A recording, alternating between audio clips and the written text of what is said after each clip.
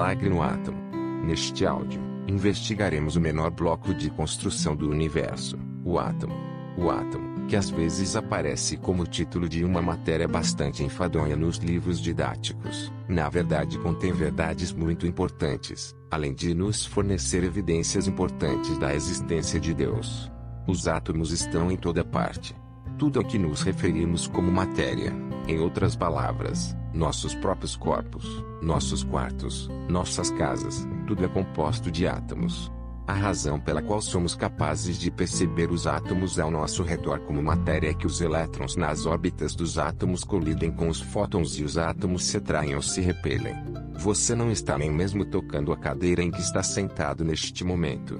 Na verdade, os átomos do seu corpo estão repelindo os da sua roupa e da cadeira, e a sensação de toque surge proporcionalmente à força dessa repulsão.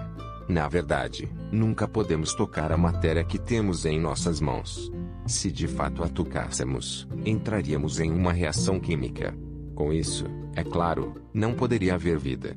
Cada um dos trilhões de átomos que compõem o seu corpo está cheio de elétrons que giram a uma velocidade de milhares de quilômetros por segundo. Você não percebe, mas há átomos que giram a uma velocidade incrível e nunca perdem o equilíbrio, quebram ou se fragmentam em cada parte do seu corpo. Então, como esse equilíbrio surgiu? Tudo começou com uma enorme explosão conhecida como Big Bang. O cheiro do solo, o azul brilhante do céu, tudo estava concentrado em um único ponto de densidade e temperatura infinitas. Os cientistas calculam que esse momento ocorreu há cerca de 15 bilhões de anos. Esse momento foi o início do processo em que o átomo, o bloco de construção da matéria, e as partículas subatômicas se formaram no rastro da explosão e se combinaram. O bloco de construção de todos os sistemas que viriam a constituir a vida, calculado até os mínimos detalhes, começou a se formar a partir desse primeiro momento dentro de um plano específico. A estrutura do átomo é descrita em detalhes em livros de química e física, mas há um ponto importante que sempre é ignorado. Como surgiu um sistema baseado em balanças tão sensíveis e com um volume tão pequeno? Porque os prótons e nêutrons se juntaram no rastro do Big Bang. E porque os elétrons começaram a girar em torno deles. Como é possível que esse fenômeno inacreditável tenha se repetido em todo o universo e que um número quase infinito de estruturas perfeitas conhecidas como átomos tenha surgido? Todas essas perguntas sobre a origem do átomo nos levam a uma única conclusão.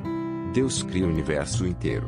Os cientistas se referem a essa criação extraordinária no universo como ajuste fino. Isso, por sua vez, revela a existência de um Criador que governa todo o universo. Esse Criador é Deus Todo-Poderoso, Senhor dos mundos. Ele é o originador dos céus e da terra. Quando ele decide sobre algo, ele simplesmente diz, seja. E isso acontece. Alcorão, capítulo 2, versículo 117. A estrutura do átomo. Os átomos são partículas tão minúsculas que é impossível visualizá-los mesmo com os microscópios mais potentes. O diâmetro de um átomo é apenas da ordem de 1/1000º de milímetro. Vamos visualizar isso por meio de um exemplo. Se você disser, por exemplo, que deseja ver os átomos dessa chave, precisaríamos ampliar essa chave até o tamanho da Terra. Cada átomo dentro da chave ampliada a esse ponto não seria maior do que uma cereja. Então, qual é o conteúdo de uma estrutura tão minúscula como essa? Vamos investigar juntos a estrutura complexa e impecável conhecida como átomo. Todo átomo consiste em um núcleo e elétrons girando em órbita distante do núcleo. Há outras partículas dentro do núcleo conhecidas como prótons e nêutrons. Até recentemente, pensava-se que esses eram os menores componentes do átomo. No entanto, descobriu-se que os prótons consistem em partículas muito menores do que eles próprios, chamadas quarks. A energia armazenada no núcleo. O núcleo está localizado bem no centro do átomo e é composto por um determinado número de prótons e nêutrons, dependendo das propriedades desse átomo. O volume do núcleo é igual a 1/10 bilionésimo do volume do átomo. É claro que é impossível conceber tal tamanho. Vamos, portanto, continuar com o exemplo da cereja. Se ampliarmos uma chave até o tamanho da Terra, cada átomo dentro da chave terá o tamanho de uma cereja. Se quisermos ver o núcleo em um desses átomos, teremos que mudar a escala novamente. A cereja que representa nosso átomo deve se tornar uma grande bola de 200 metros de diâmetro. Mesmo nessa escala inacreditável, o núcleo de nosso átomo não se tornaria maior do que um minúsculo grão de poeira. No entanto, há algo ainda mais surpreendente do que isso. Embora seu tamanho seja 1/10 bilionésimo do tamanho de um átomo, a massa do núcleo compreende 99,95% da massa do átomo. Como é possível que algo constitua quase toda a massa de um determinado átomo e, por outro lado, não ocupe quase nenhum espaço? A densidade que constitui a massa do átomo não foi distribuída igualmente sobre ele. Em outras palavras, quase toda a massa do átomo está concentrada no núcleo. O espaço no átomo. As figuras provam que grande parte do átomo consiste em espaço vazio. Em sua forma mais simples, o átomo consiste em um núcleo no meio e elétrons girando em torno dele. Não há nada entre o núcleo e os elétrons. Essa distância microscópica em que nada existe é, na verdade, muito grande na escala atômica. Vamos tentar conceber essas dimensões por meio de uma analogia. Há um grande espaço entre as partículas básicas. Se eu pensar no próton de um núcleo de oxigênio como a cabeça de um alfinete na mesa à minha frente, então o elétron girando em torno dele desenha um círculo que passa pela Holanda, Alemanha e Espanha. Dentro do núcleo, prótons e nêutrons. Os prótons e nêutrons dentro do núcleo do átomo constituem 99,95% da massa do átomo e são a fonte da variedade de elementos na Terra. Existem 109 elementos na Terra. Alguns desses elementos são muito familiares para nós, como o oxigênio, o hidrogênio, o ouro e o cobre. Como todos os átomos que constituem os elementos são compostos das mesmas partículas, o que torna os elementos diferentes uns dos outros. É nesse ponto que surge a importância do número de prótons dentro do núcleo. O que torna os elementos diferentes é o número de prótons em seus átomos. Por exemplo, há um próton no átomo de hidrogênio, o elemento mais leve, 8 no oxigênio e 79 no ouro. É somente essa diferença no número de prótons que torna o ouro diferente do ferro e o ferro diferente do oxigênio. O outro aspecto do átomo, os elétrons. Os elétrons são partículas que giram e giram em torno do núcleo do átomo. Essa rotação é realizada incessantemente e em perfeita ordem em caminhos que chamamos de órbitas. Para fazer uma comparação entre o tamanho dos elétrons e o tamanho da Terra, se ampliarmos um átomo do tamanho da Terra, o elétron teria o tamanho de uma maçã. Dezenas de elétrons em um espaço pequeno demais para ser visto até mesmo no microscópio mais potente giram em torno do núcleo em órbitas diferentes a uma velocidade inacreditável de 1000 km por segundo. Essa velocidade é equivalente à capacidade de ir de Paris a Milão no espaço de um segundo. As 4 forças do universo. Há certas forças que mantêm o átomo, cuja estrutura fascinante descrevemos juntos. Para entender isso, vamos olhar para o centro do átomo, o núcleo. No núcleo de um átomo de carbono, por exemplo, o peso atômico de um átomo de carbono é 6. Isso significa que há 6 prótons no núcleo. Como é possível, então, que os prótons, que deveriam se repelir, permaneçam juntos? Diante dessa pergunta, os cientistas levantaram a hipótese de que havia uma força que unia os prótons e a chamaram de força nuclear forte. Essa força nuclear forte é uma das 3 forças básicas que operam no átomo. A segunda é a força nuclear fraca, que afeta os nêutrons juntamente com os prótons. A terceira é a força eletromagnética, que mantém os elétrons girando em torno do núcleo do átomo em sua órbita. Os elétrons carregam uma carga negativa e são atraídos pela força eletromagnética em direção ao núcleo carregado positivamente. A força centrífuga que eles adquirem à medida que giram equilibra a força eletromagnética e, assim, eles permanecem em órbita. Há mais uma força operando no universo como um todo, além dessas 3 forças básicas que afetam o átomo. Essa é a força gravitacional. As informações que vimos até agora podem ser encontradas em qualquer livro de física. No entanto, há um fato importante que geralmente nunca é mencionado. Os pontos fortes dessas 4 forças fundamentais no universo são muito diferentes e essa diferença depende de um equilíbrio muito sensível. A força nuclear forte, por exemplo, é cerca de 1 bilhão de bilhões de vezes maior que a da gravitação. Há uma diferença de mais de 1 milhão de milhões de vezes entre a força nuclear forte e a força eletromagnética. O que aconteceria se essas diferenças fossem ligeiramente diferentes? Por exemplo, se a força nuclear forte e os átomos que compõem seu corpo neste momento fossem ligeiramente mais fracos, seu corpo se fragmentaria instantaneamente. Uma variação de apenas 1 em 1000 seria suficiente para que isso acontecesse. No entanto, graças ao delicado equilíbrio das 4 forças fundamentais, os átomos que compõem seu corpo e o restante da matéria sempre permanecem estáveis. Essa sensibilidade nos níveis das 4 forças fundamentais surpreendeu os cientistas. Um deles, o renomado físico Paul Davies, faz este comentário: se a natureza tivesse optado por um conjunto de números ligeiramente diferente, o mundo seria um lugar muito diferente. Provavelmente não estaríamos aqui para ver isso. Quando se passa a estudar cosmologia, a incredulidade aumenta. Descobertas recentes sobre o cosmo primordial nos obrigam a aceitar que o universo em expansão foi configurado em seu movimento com a cooperação de uma precisão surpreendente. Paul Davies, The Accidental Universe, 1982, Prefácio. Outro aspecto surpreendente desse fato surge quando os conceitos empregados são elaborados. Vimos que os cientistas se referem às forças físicas do universo como as 4 forças fundamentais. No entanto, essa definição não explica a existência dessas forças e por que elas são tão finamente equilibradas. Se formos além dessa definição, encontraremos o fato de que Deus Todo-Poderoso ordena o universo a todo momento. Essa verdade alcançada pela física moderna, na verdade, nada mais é do que a descoberta de um segredo revelado no Alcorão há 1400 anos. Deus mantém controle firme sobre os céus e a terra, impedindo-os de desaparecer. E se eles desaparecessem, ninguém poderia se apossar deles. Certamente, Ele é tolerante e indulgente. Alcorão, capítulo 35, versículo 41. O segundo passo no caminho para a matéria, moléculas. No início, dissemos que o átomo era o bloco de construção de tudo o que vemos ao nosso redor e, de fato, testemunhamos como os equilíbrios perfeitos no átomo são mantidos com grande sensibilidade.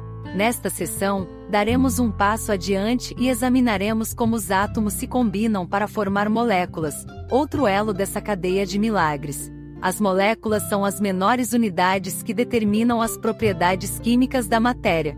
Esses pequenos corpos são compostos de 2 ou mais átomos e alguns de milhares de grupos de átomos. Os átomos são mantidos juntos dentro das moléculas por ligações químicas determinadas pela força de atração eletromagnética. A disposição das moléculas em diferentes combinações dá origem à diversidade da matéria que vemos ao nosso redor. O bloco de construção da vida, o átomo de carbono. O carbono é o elemento mais vital para os seres vivos porque todos os organismos vivos são construídos a partir de compostos de carbono. Estruturas tão diversas como a membrana celular, a casca de uma árvore, a lente do olho e a clara de um ovo são compostas de compostos de carbono. O carbono combinado com o oxigênio e o nitrogênio do hidrogênio em muitas quantidades e arranjos geométricos diferentes resulta em aproximadamente 1,7 milhão de compostos. Uma das propriedades mais importantes do carbono é sua capacidade de formar cadeias com muita facilidade, alinhando os átomos de carbono um após o outro. Algumas moléculas de compostos de carbono são formadas por apenas alguns átomos. Outras contêm milhares ou até milhões. Além disso, nenhum outro elemento é tão versátil quanto o carbono na formação de moléculas com tamanha durabilidade e estabilidade. O carbono é único entre os elementos em termos de número e variedade de compostos que pode formar. Mais de 1/4 milhão já foram isolados e descritos, mas isso dá uma ideia muito imperfeita de seus poderes, já que ele é a base de todas as formas de matéria viva. Neville Sidgwick, The Chemical Elements and Their Compounds, 1950. Página 490. Hoje em dia, a ciência ainda não consegue entender completamente a capacidade do átomo de carbono. Nos laboratórios, novos compostos são produzidos todos os dias. Atualmente, é possível falar de quase 2 milhões de compostos. Como se sabe, o átomo de carbono é capaz de formar aproximadamente 1,7 milhão de compostos, enquanto os outros elementos podem formar um total de 300 mil compostos. O carbono, De maneira extraordinária, é capaz de formar 1,7 milhão sozinho. Em conclusão, os átomos de carbono formam 85% de todos os compostos conhecidos. A questão de como o átomo de carbono surgiu nos leva a outro milagre. O átomo de carbono se forma por meio de uma série de reações nucleares no centro de estrelas gigantes. No entanto, essas reações têm um equilíbrio físico tão delicado que, apesar de ele próprio ser materialista, até mesmo o renomado astrônomo britânico Fredoli, que descobriu isso, não pôde deixar de dizer que um superintelecto havia intervindo na física. Deus criou o universo com uma harmonia impecável. Ao se referir a um superintelecto, Euler admite a existência manifesta de Deus. Átomos que ganham vida. Definitivamente, não se pode pensar que um dia pedaços de pedra e terra inanimada deram origem a um ser vivo. No entanto, algumas pessoas fazem exatamente essa afirmação. Em outras palavras, elas afirmam que os átomos se juntaram por si mesmos e deram origem a seres vivos, supostamente evoluindo. É claro que essa afirmação vai contra a razão, pois os átomos não têm consciência e, portanto, não têm capacidade de se organizar. Por exemplo, todo mundo sabe que um avião não pode surgir da mistura de alumínio, plástico e gasolina. Um avião só surge quando você junta essas substâncias de forma consciente e com cálculos muito finos. Portanto, a existência de matérias-primas como alumínio, aço e plástico não é suficiente para a existência de um avião. Um avião só surge por meio de um planejamento consciente. Os sistemas vivos não são diferentes. Uma célula viva surgiu por meio da união de átomos inanimados com uma criação muito especial. As propriedades de crescimento, reprodução e outras semelhantes das células vivas são o resultado de uma criação perfeita, e não dos atributos de sua molécula. Essa é a criação de Deus de seres vivos a partir de átomos inanimados. Deus é aquele que divide a semente e o grão. Ele tira o vivo do morto e produz o morto a partir do vivo. Isso é Deus então, como você está pervertido. Alcorão capítulo 6, versículo 95. O poder do átomo. Há um grande poder armazenado no núcleo do átomo. Esse poder é tão grande que, com a descoberta dessa energia, a humanidade é capaz de fazer canais gigantes que conectam oceanos, construir passagens em montanhas e produzir climas artificiais. Essa força usada na energia nuclear e na medicina é, sem dúvida, de importância vital nos dias atuais. O nome desse magnífico poder escondido no núcleo do átomo é força nuclear forte. Essa força é liberada pelo processo técnico conhecido como fissão. Em outras palavras, a divisão nuclear e uma enorme quantidade de energia são liberadas durante essa reação. A reação conhecida como fissão é a divisão do núcleo atômico mantido junto com a força nuclear forte, a força mais poderosa do universo. A principal substância usada em experimentos de reação de fissão é o urânio. Durante os experimentos de fissão, os cientistas dispararam um nêutron contra o núcleo de urânio em grande velocidade e descobriram que o núcleo começou a se dividir em seus componentes, liberando uma certa quantidade de energia.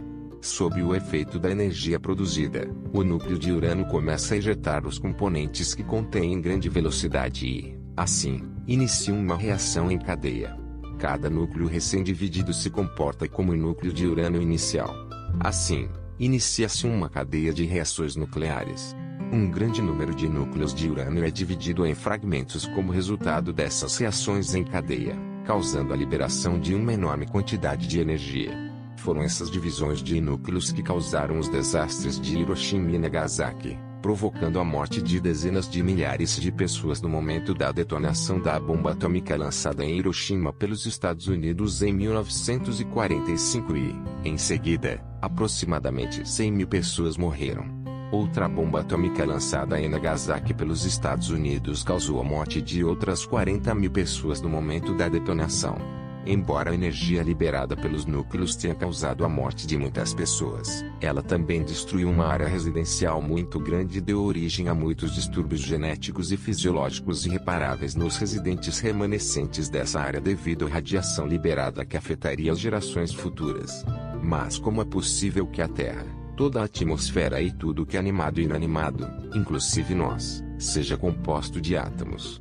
Essa incrível força armazenada no átomo não é liberada por meios naturais porque o equilíbrio impecável na criação do átomo mantém essa força sob controle.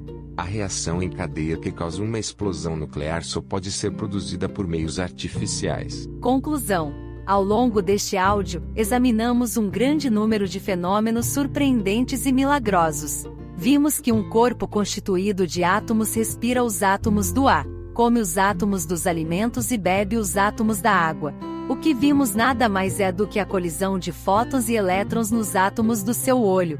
E o que percebemos por meio do tato também consiste nos átomos de nossa pele repelindo os átomos e objetos. A estrutura do átomo possui um equilíbrio e projetos muito complexos. Portanto, nenhuma dessas estruturas poderia ter surgido por acaso, como admitem os materialistas que negam a existência de Deus. O acaso dá origem apenas ao caos, à corrupção, à desordem e ao erro. A magnífica harmonia, ordem e equilíbrio no átomo mostram que toda a vida é produto de uma criação consciente e impecável. Todos esses fatos científicos que vimos até agora destroem a filosofia ateísta de maneira incontestável, e provam que a origem de tudo, animado ou inanimado, não é o acaso cego, mas a criação. O Criador de tudo o que existe é Deus Todo-Poderoso, Senhor do mundo. Em um versículo do Alcorão, é revelado: na criação dos céus e da terra, e na alternância da noite e do dia e nos navios que navegam pelos mares em benefício das pessoas e na água que Deus envia do céu, por meio da qual ele dá vida à terra quando ela estava morta e espalha nela criaturas de todo tipo, e na direção variável dos ventos e nas nuvens subservientes entre o céu e a terra, há sinais para as pessoas que usam seu intelecto. Alcorão capítulo 2, versículo 164.